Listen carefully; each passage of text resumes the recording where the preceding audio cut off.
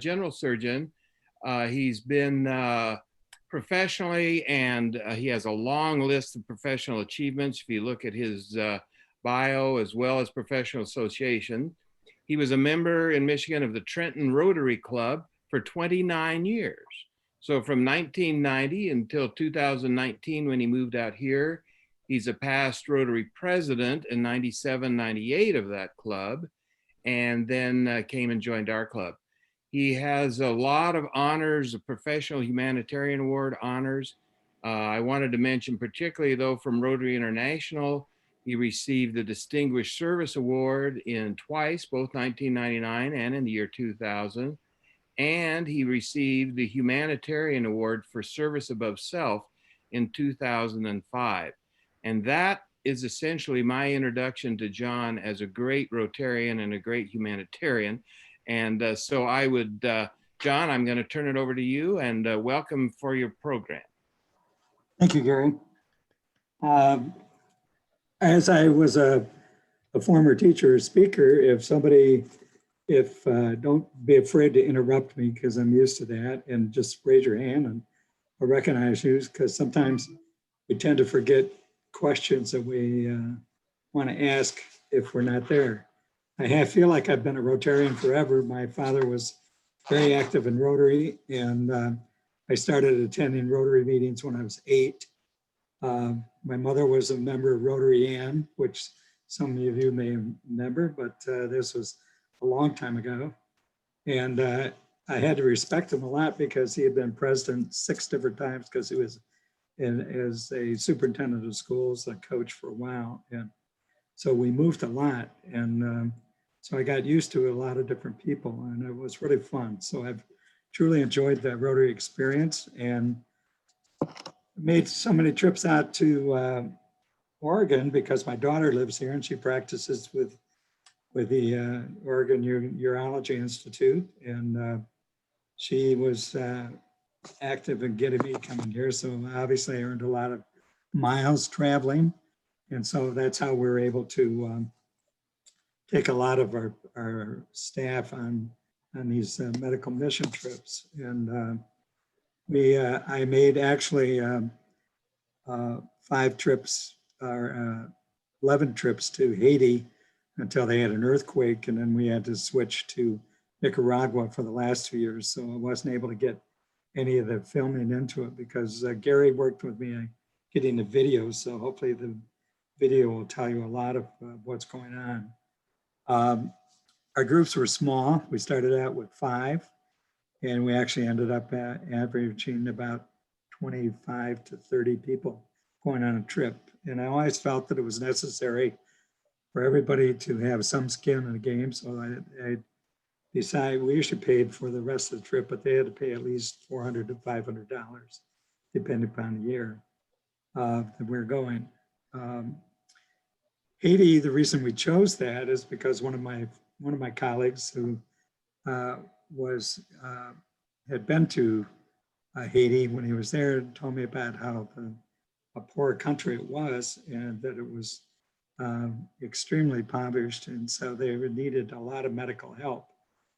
And so my international theme at that year that I was becoming Rotary president was Show Rotary Cares. And so Mike Sims was one of the first people, and you'll see him in the video, that he was one of the first people that traveled with me and got there. But we had a great time, and Mike went on every one of our trips, and he also, I think, has since retired. And so everything seems to be going good. I'll silence my phone, so maybe it won't ring again. I just wanted to show one other thing that we had. This is I don't know if you can see this or not, but I tried. It's a talking stick.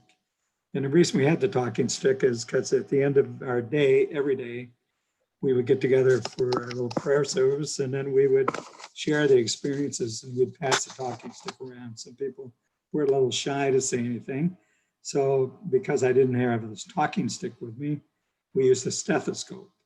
And so we passed the scope around, and if people pass, if they didn't want to say anything, you didn't have to, but if you wanted to, they just passed the stick around. So with the clinics that we established, we had everybody. We had people from medical students, high school students, nurses, healthcare technicians, and probably one of the people that was a builder for us that did some remodeling homes probably enjoyed the most. He made the trips to Nicaragua, and Russ actually ended up being very actively involved and really wanted to go on every time because he just truly loved it. And he was one of those people that we call gophers, so he could go for everything. And, so it was good. So I don't know if there's anything else. We established a dental clinic in Nicaragua. They've continued because I've been in touch with the Trenton Rotary, so I do attend some of their meetings on Zoom. My wife thinks that I'm a meeting aficionado, so I must say I do go to a lot of meetings. So I truly can say that I definitely go to them. But I decided to do a different back screen because the screen behind us is exactly what it was like in Haiti, and you'll see it on the screens. We first were there in a 8x12 room and with a single air conditioner, and we always went in March because that was a good time because it was kind of comfortable and people had already gotten over the New Year experience. And so we tried to go with at the time. And unfortunately, sometimes it was around Super Bowl time, but I found out that no matter, even if those people had dirt floors, they were still able to have watching. And so I watched Super Bowls in Spanish and sometimes in Haitian and in Creole, but it was really good. So Gary, if we want to start and go with the video and we'll see what happens.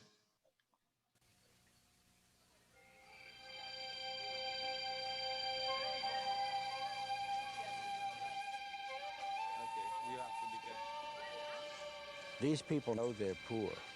It's very clear to them. When it rains here, as it rained last night, every mother in Haiti was standing upright with her baby in her arms because there's no place to lay them down. The water just flows through the houses. The people here want to work. There is no work. I see that our government should do more for the country, and they're not doing nothing really serious for the country, and that is my big problem. I don't see any change in Haiti. Things are going worse. That's all I can say about Haiti. They are very suffering children. The thing is, they don't have a living. Sometimes, if they have a house, they just do the house with stick, wood, stuff like this. They don't have no food to eat, stuff like this, no clothes. It's awful for them, And if we could sum up everything that we're doing into one word, it would be hope. Since its inception in 1979, the Northwest Haiti Christian Mission has brought hope to thousands of Haitians, reaching out to meet their most basic of needs: food for the hungry, medicine for the sick, a home for orphans, work for the unemployed, and good news for those who so desperately need to hear it. I thought years ago when I was going to be a preacher that I'd just get up and share the gospel and introduce people into the eternal life with Christ. And we come to a Haiti, to a country like this, and we find out you have to treat the whole person, mind, body, soul. And so the Northwest Haiti Christian Mission has grown to include an orphanage where some 100 children who otherwise would not survive are brought up in a loving Christian environment, an educational program which currently enrolls some 2,000 students, a nutrition program which provides 2 meals a day for 100 children in the second and third stages of malnutrition, and a medical program which provides medical, dental, and surgical treatment for thousands of Haitians each year. What happens in areas like this and like St. Louis du Nord, there are a lot of very poor people here, and even if they can access a doctor, which they can do usually for free, they can't afford the medicines. They can get a prescription and then they have to buy their own medicines. And I, for instance, had an example once where a patient came in here with a prescription from a Haitian doctor, And that patient had TB, and his prescription was over 6 months old because he couldn't afford the medicines. American doctors and nurses who visit the mission stay for a period of 2 to 4 weeks. They treat patients at the mission compound in St. Louis du Nord and in outlying villages. You see a lot of malaria here. You see a lot of people with just minor diseases that develop into major diseases because they can't get any type of antibiotics, any type of medical care. We see a lot of the children here especially. They all have problems with worms, and we can treat them knowing that probably 95–98% of them do have worms, and if we can eradicate those for a while, it really helps their nutritional status because most of the kids here are anemic. So if we can eliminate the worms for 9 months or a year and give them some iron and some vitamins, it really helps them develop. We saw some tragic cases, way beyond our capability. The results of high fevers and encephalitis. 17-year-old boy who can't walk anymore. He can't use his mind. We've got them all over the place, and you just have to do the best you can for these people and love them. While appendectomies and hernia repairs are routine surgeries in the U.S., in Haiti become life-saving interventions. Many patients will wait up to 1 year for the surgical team to arrive on the compound and perform these simple operations.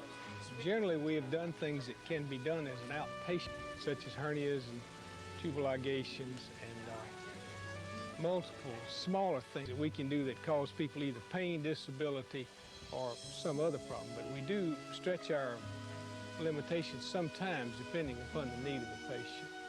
In some situations, if people did not have these procedures done, they would not be able to survive.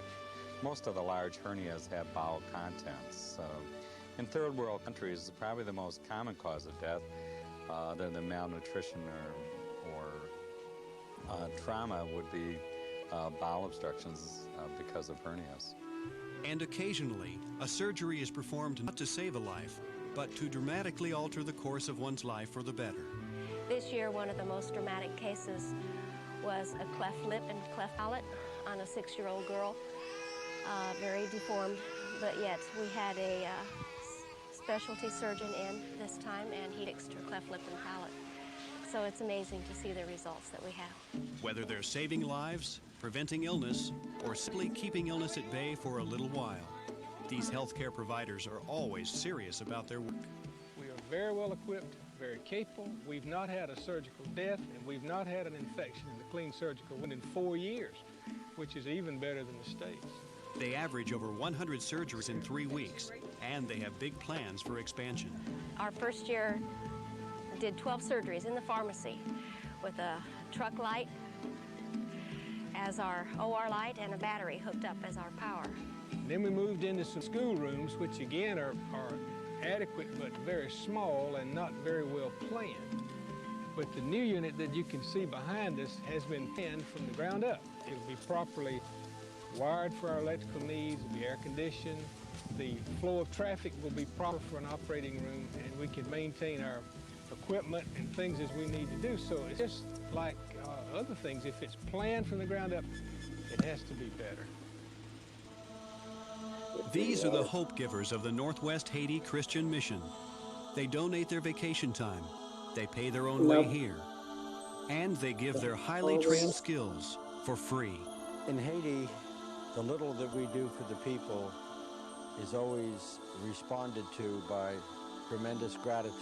I'd just like to emphasize the importance of gifts, is that it's not always just medical. There's certainly needs here for education, there's needs here for construction and building, and certainly we're all a part of this human race, and if we have an opportunity to serve each other, then I think that that's probably the greatest gift that we can share. I just think that if you could come here and see this, I think you'd want to support this organization and you'd see all the good they're doing. To see those little kids with those big smiles on their face does you a lot of good. I just love the people. Look at these little children with the big eyes and the smiling teeth. And if you want to come to see what kind of stuff, we're doing in Haiti, come in and join us.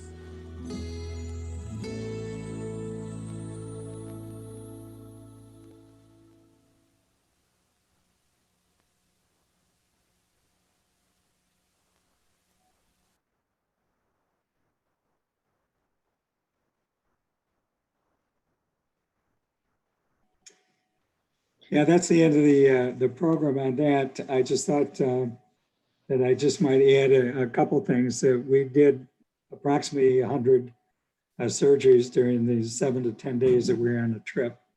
About 40 of them were those that were considered majors, in other words, hernias or bowel obstructions or oophorectomies, hysterectomies, cleft lips and cleft palates. Even though I didn't have privileges in the United States, I got experience of that because I used to take call in the ER, and the plastic surgeons never used to want to come in. So they would always end up calling me, and I would go in and repair the lips. So that's how I got started doing cleft lips. Well, it ended up when I was going to Haiti and Nicaragua that I would end up doing at least 10 to 12 cleft lips during the experience. Also, it was interesting on gallbladder surgery in Nicaragua. That was one of the first times that we were doing laparoscopic surgery, and so they had the machines, but they didn't have any of the equipment to hook it up. So we ended up having to do, and I think I did 9 open gallbladders. So it was a good experience for the residents that were with me because a lot of them, they had never really trained anything other than laparoscopic. So they were able to do everything that way. So it was really an interesting experience. The dental equipments, they're still going, and they have really expanded the equipments. Haiti is just not, and actually Nicaragua, because of the problems of politically that is going on down there. That's why we had to suspend a few of the trips. But that is basically what's going on and what we're doing. So I don't know, put up any questions or anything that you want to talk about. I would just like to add this, Gary, again, that Camilla, you'd be happy to know that he's carrying on his service here whenever we do spices or food stuff here. He's one of our team here that's been doing that at the spring. So his humanitarian efforts, more localized, but he carries on that same tradition. So we're really glad to have him as a member of Southtown. I have a question. Thank you, Gary. Nancy. Have you been able to access any of the hospital supply equipment that our club's been involved with? Yes, I was able to. I brought some equipment because when I closed everything all at once and we just had to vacate, so I still had medical equipment that I brought out here. So actually, through the assistance of Gary, I was able to get in touch with the mission trips that we did here. And so I was able to donate some of the equipment that we're using. So we had cautery units and monitors, and I think it was a good experience that we could do that. So are you still going down there? Oh. Mm-hmm. Nancy, it was kind of a reverse. He donated to our process because he brought a lot with him. So Ted picked it up from here. So it went the other way rather than him getting it from us. He gave it to us, which is a great call. So nice. Yeah. I have a question too. Exactly what happened with the clinic during the Haiti earthquake, and what's the condition in Haiti right now with regard to medical service? Well, it was interesting because the hotel that we used to stay in collapsed. It was built on a cliff, and I was glad that we weren't in that hotel at that time, but they lost part of it because it just collapsed. It came down to that. Mm-hmm. But the clinic is still alive and still doing well. I didn't point out one of the other things because I have slides of it in pictures, but one of the trips is we had a place called Grand Moon. Grand Moon was a place for people with retired, or they were no longer able to take care of themselves and they were not able to stay in their homes. So they would come up, and so we actually housed them there. It was wonderful because they also had a youth program, so they had children there, and so the children participated with the people in that facility. So that was wonderful. They've expanded to their feeding programs, almost 1,000 people a day. When we first went down there, the churches in the town community did not communicate to each other. So because I made a conversion to Catholicism during that time, actually ended up starting going to mass in the morning. So we'd get up at 6 o'clock and walk down with the chickens. And I can truly say that roosters don't always crow at 6 a.m. and wake you up. They crow all night, at least in Haiti they did.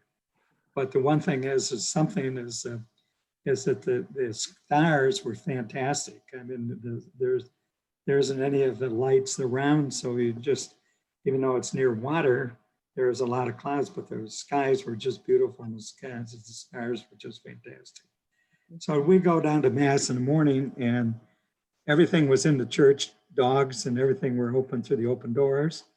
And it was interesting to see because the mass follows exactly the same thing as a mass in the United States if you went to it, but it was good. And so I think I got more out of this experience than I actually gave, because it was just a fantastic experience. John, I also wanted to mention, I participated in medical missions to South America and Southeast Asia, and did about 30 different missions over a period of 15 years.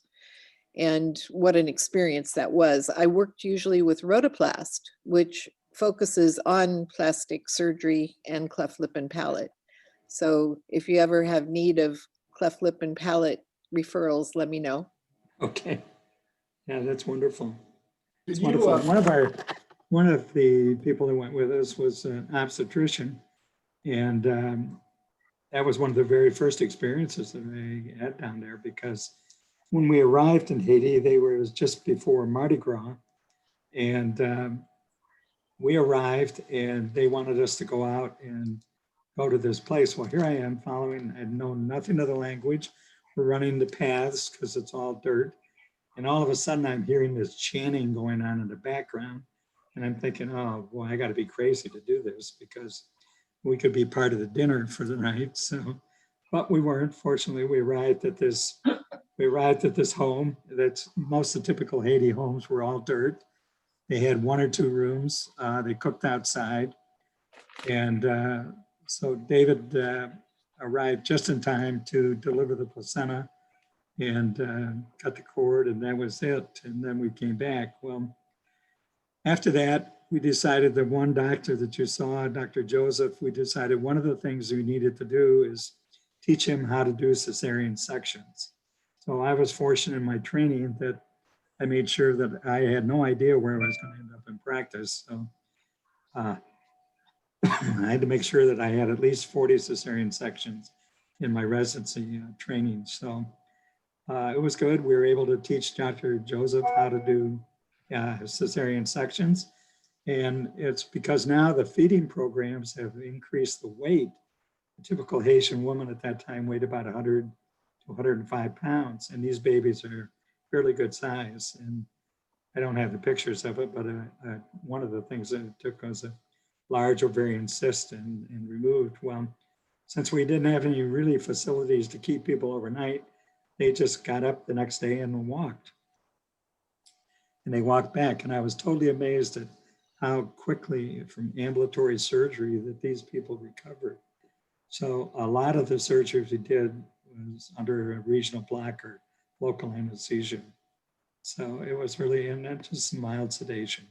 But most of these people, in fact, one of the women I did was a parotid gland. I was in the process of operating her.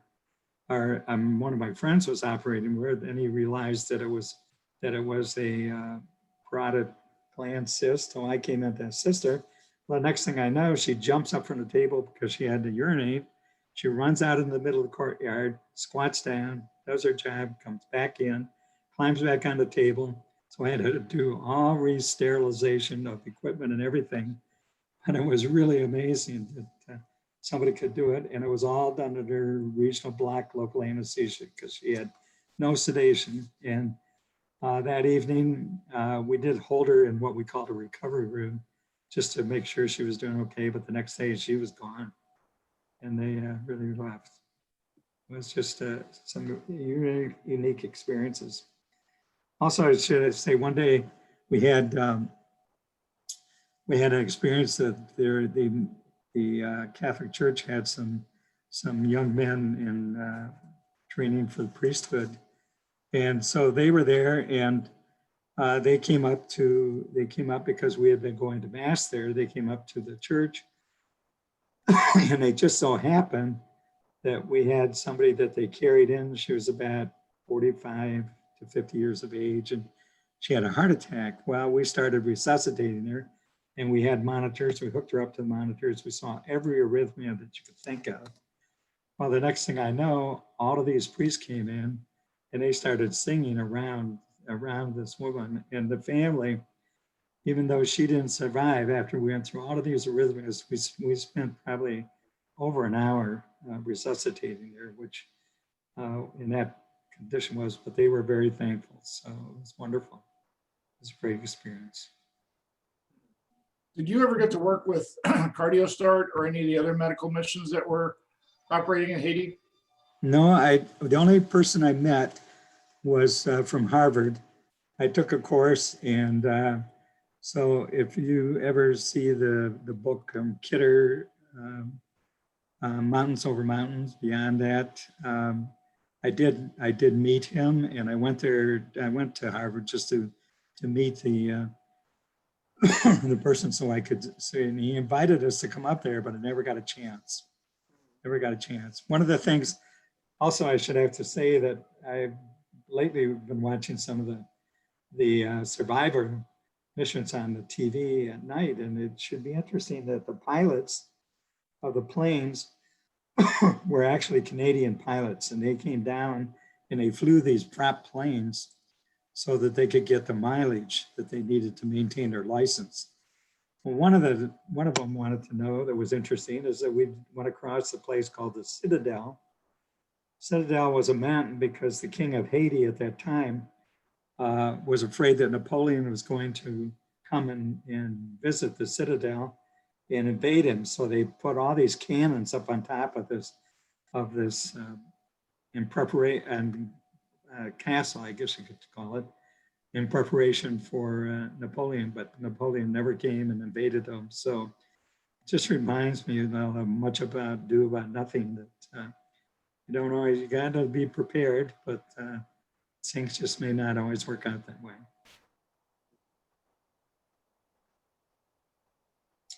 Okay. More questions? Well, I just wanted to share that my friend Kathy has a little bit of experience with medical missions too. So Kathy, do you want to just say a little bit about that? You have to unmute. Kathy, unmute yourself. Yes, my husband was a family practitioner, along with Dennis Schulke, who's an OBGYN, and another guy, Jim, who was an emergency room nurse, started the Cascade Medical Team here in Eugene, Springfield, a little over 20 years ago. And we go to Guatemala every year. And we take about 120 surgeons, dentists, nurses, big I team too, and a stoves team. Because we realized after a while, we were just patching them up when in fact, a lot of the problems were caused from carrying wood from so far and then inhaling the smoke inside their little huts. So we added a stove team, or a construction team, I guess we called ourselves. Anyway, we've done this for 20 years. And as I say, we go every January to Guatemala, 120 people. It's huge. We have a bodega down in Guatemala City where we keep a lot of our equipment. People pay about $500, similar to your situation. We stay for 12 days. And it's like a MASH team, just like your situation. So if anybody is inclined to go to Guatemala, the Cascade Medical Team, you can look it up on the internet, would be delighted to have you. We take probably 60 nurses because we do have 2 ORs, 2 pharmacies actually, And we have a big recovery area always. So please look at Cascade Medical Team, Eugene Springfield. Well, Homemade. and many of you, but maybe not all of you, might know that that Nancy and Duffy Hughes were involved in it from, I mean, it's morphed a little bit, but Nancy would go down and work in the kitchen, I think, right, Kathy? The first year, Nancy and I worked in the kitchen. We couldn't figure out where we fit. Yeah. Yeah. Well, you do what you can because you want to be there, right? Right. But then she, of course, went on with stoves. Yeah. And created her own stoves team too, and her own funding through Rotary, which is just great. This club. Thank you, Kathy. Thank you. I have a question. Yes. When you say that look into the this team and everything, and you guys go and have these nurses and doctors and everything, how do you guys speak Spanish, or you guys bring translators, so do you ever need a translator to go with you guys? We have both. If you're talking to me, we take translators with us. We have translators down there, and then they have some native dialects like Quiche. So we have to, often we'll get the Army, guys from the Army to come and interpret the various dialects. So both, absolutely, yeah. And John? Thank you, Kathy. Yeah, our teams could also use. Also. And even I did speak a little bit of French, but I was enough to say bonjour and bonsoir.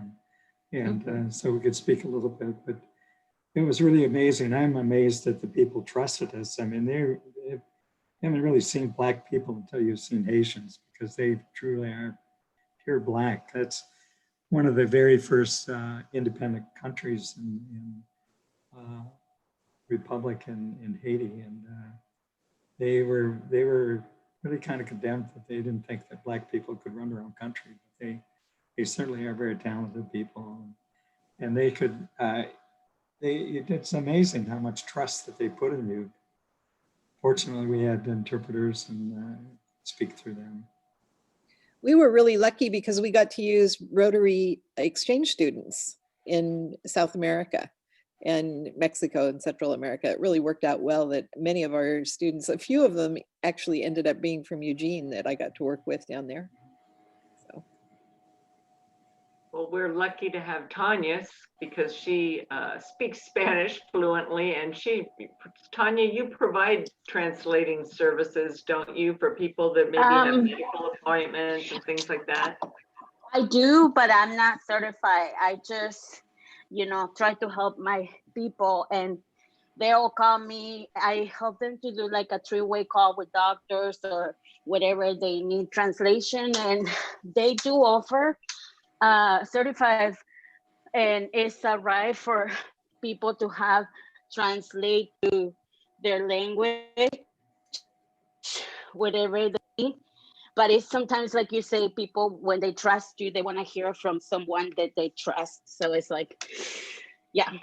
But this is fascinating. Thank you so much for all your shares about all of this matter. It's really necessary, and you guys just make it so much better for a lot of people. And it's just fascinating the way the person who was sharing, I forgot the name, sorry, was saying that he gained more than what he gave.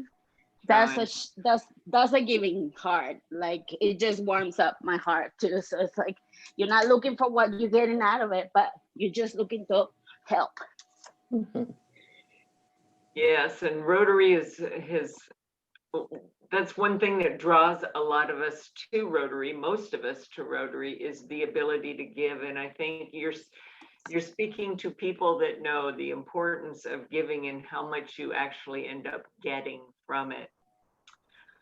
Well, John, I want to thank you again, as that was a really good program and very